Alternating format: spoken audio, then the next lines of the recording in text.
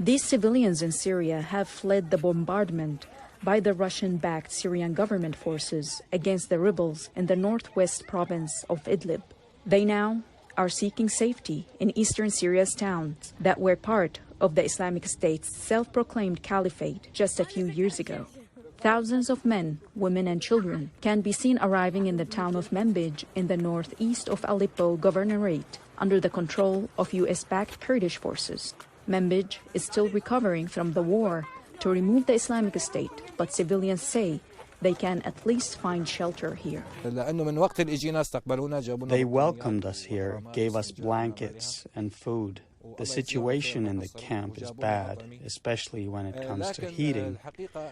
But we're safe here, and no one bothered us whatsoever.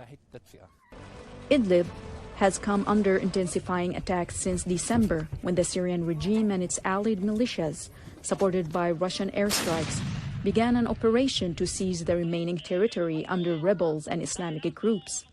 The United Nations estimates nearly 1 million people have been displaced by the war. It's a scorched earth policy in Idlib.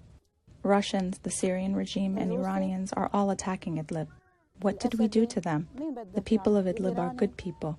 Why are they burning our lands? As fleeing civilians continue to arrive to Manbij, local authorities and activists in the town are welcoming them and providing aid to the displaced. However, harsh weather conditions and freezing temperatures are adding to the refugees' ordeal. Earlier this month, the commander of the Syrian Democratic Forces, Mazloum Abdi, said thousands of people already had arrived in their areas and more were expected in the coming weeks. The US-backed forces say they are preparing shelters to accommodate the new arrivals. We just prepared 30 tents and we are building a new camp almost 37 kilometers from Manbij to take in more refugees coming from Idlib. As there are no empty spaces left in this camp, we already are planning to set up 300 tents in a new camp.